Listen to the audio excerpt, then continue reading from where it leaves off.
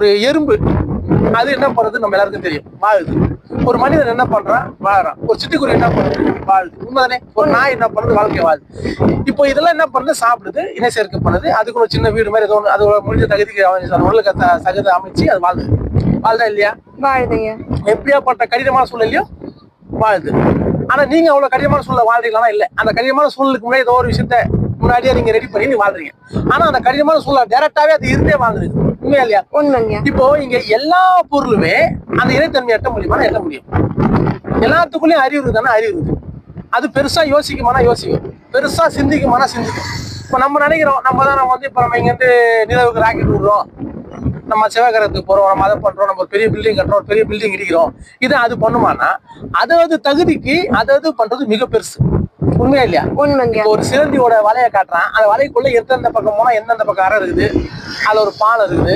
அவங்களுக்கு தனித்தனியா ஒரு விஷயத்தை அவங்க உருவாக்கி வச்சு இந்த வாழ்க்கையை அவங்க வாழ்ந்துக்கிறாங்க. இப்ப எப்படி அவங்களுக்கு அந்த கட்டுமானம் எப்படி தெரிஞ்சுது? அது ஒரு சிலந்தினால எப்படி அந்த அவ்வளவு மணல் எடுத்து வெளியே போட்டி உள்ளுக்குள்ள இந்த மாதிரிலாம் அறை வைக்கணும், இப்படிலாம் ஒரு தளம் போனோம், எப்படி வைக்க முடியுது?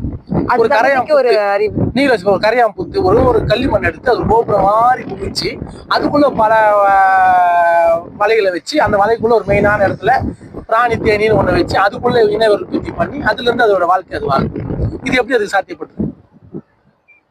உண்மைதானே? உண்மைங்க. ஒரு சிலந்தி இருக்குது. சிலந்தி அதோட எச்சத்தை கொண்டு அது ஒரு வலை பின்னும். பாத்துருக்கீங்களா? ஆமாங்க. அவ்வளவு துல்லியமா பின்னும். அந்த வலைய நீங்க நார்மலா யார் நினைச்சாலும் பின்ன முடியாது. கண்டிப்பா. அப்படி மீறி நீங்க பின்னா கூட டெக்னாலஜி அறிவெல்லாம் யூஸ் பண்ணி நீங்க பின்னணும். அதுக்கு நீங்க நீ பின்னதுக்கும் அது பின்ன வித்தியாசம் இருக்கும். ஒண்ணு. ரெண்டாவது, அதோட உடலமைப்பை கொண்டு நீ பின்னு வேண மாட்டேன். ஆமா.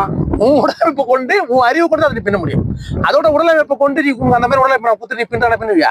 இல்ல, முடியாது. அப்ப அந்த உடலமைப்பு தான் அந்த அறிவு இருக்குதுன்னு போது அது எவ்வளவு பெருசு. உண்மைங்க. எல்லாத்தையுமே நம்ம எப்படின்னா உயர்வாகும் சிறந்ததாகும் நம்ம பார்க்கணும்.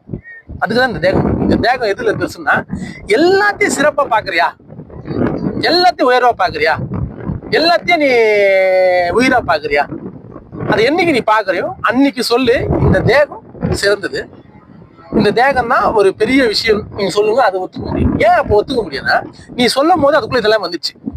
என்ன வந்துச்சு? இங்க இருக்கிற எல்லா பொருளும் அதுக்குள்ள அடக்கமானதா அந்த வார்த்தை வரும். அப்ப நீ சொல்லும் போது நீ மட்டும் இல்ல எல்லாமே சேர்ந்து அதுக்குள்ள கவர் ஆகும். கண்டிப்பா. அப்ப அது இல்லாம நீ இதை சொல்ற அப்படின்னா அப்ப நீ சொல்றது சரியில்லை, அது உண்மை இல்லை. அதனால நம்மளுக்கு பெற்ற பெரிய பலனும் இல்லை. அந்த பலன் இல்லாதான் நம்ம இவ்வளவு ஒரு இன்னலையும் இவ்வளவு ஒரு சிக்கல் இவ்வளவு ஒரு அவஸ்தையில நம்ம வாழ்ந்துக்கணும். உண்மையா இல்லையா? உண்மைங்க. இப்ப நம்ம இந்த பீச்சு சொல்றோம், இந்த இடத்துல ரொம்ப சூப்பரா இருக்குது, நல்லா காத்து வருது, எல்லாம் எவ்வளவு பேர் வராங்க பைக்கிறோம். ஆனா இந்த இடத்துல எவ்வளவு ஒரு வலி இருக்குது, எவ்வளவு ஒரு கஷ்டம் இருக்குது. உண்மையா இல்லையா? இது துறைமுகம்.